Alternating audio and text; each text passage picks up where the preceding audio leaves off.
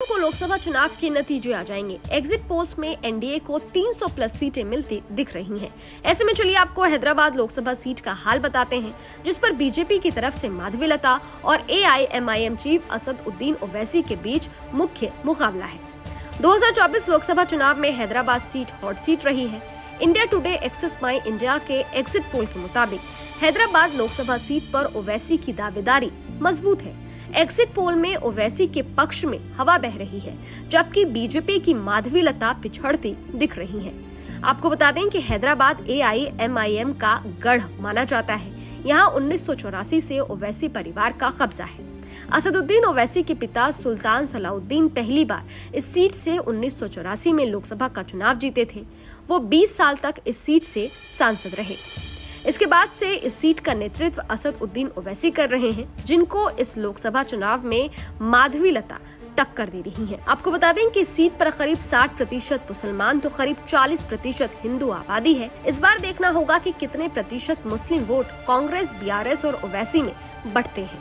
2019 लोकसभा चुनाव में हैदराबाद सीट पर हुए चुनाव के आंकड़ों की अगर बात करें तो हैदराबाद सीट से एआईएमआईएम के चीफ असदुद्दीन ओवैसी साल 2019 में 5,17,239 वोटों के साथ जीते थे। वहीं बीजेपी से डॉक्टर भगवंत राव 2,35,285 वोटों के साथ दूसरे नंबर पर थे। उस समय तेलंगाना राष्ट्रीय समिति के श्रीकांत 63,239 वोटों के साथ तीसरे पायदान पर रहे थे।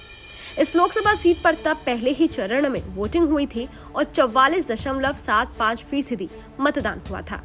बीजेपी ने हैदराबाद से माधवीलता को अपना कैंडिडेट बनाया है।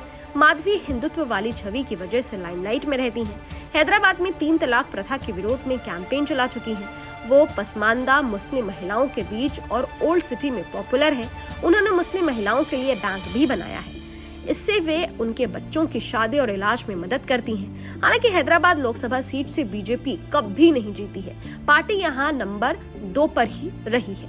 एग्जिट पोल के आंकड़ों की माने तो तेलंगाना में एनडीए को 43% वोट शेयर मिला है, वहीं इंडिया को 39% वोट शेयर मिला है। सीट शेयरिंग की अगर बात करें तो एनडीए को 11 से 12 सीटें मिलने का अनुमान है। इसके अलावा इंडिया गठबंधन को 4 से 6 सीटें मिलने का अनुमान जताया गया है। इंडिया टुडे एक्सेस माई इंडिया के एग्जिट पोल में बीजेपी तेलंगाना में आश्चर्यजनक प्रदर्शन कर सकती है और उससे 17 लोकसभा सीटों में से 11 से 12 सीटें मिल सकती हैं, जबकि सत्तारूढ़ कांग्रेस को 4 से 6 सीटें मिल सकती है।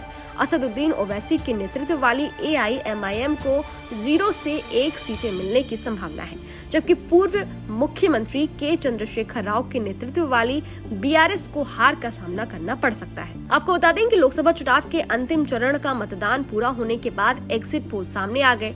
2024 लोकसभा चुनाव में बीजेपी ने अपने गठबंधन के लिए 400 पार का नारा दिया है। फिलहाल कई सर्वे में बीजेपी को 300 प्लस सीटें मिलने का अनुमान जताया गया है। अगर एग्जिट पोल सच साबित होते हैं तो मोदी अपनी पार्टी को लगातार तीसरी बार चुनाव में जीत दिलाने के मामले में देश के पहले प्रधानमंत्री जवाहरलाल नेहरू के रिकॉर्ड की बराबरी कर लेंगे। साल 2019 के चुनाव में बीजेपी ने 303 सीटें जीती थी।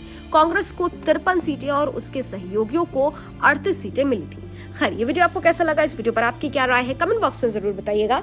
देश और दुनिया की तमाम खबरों के लिए देखते रहिए न्यूज़ नेशन डिजिटल। शुक्रिया।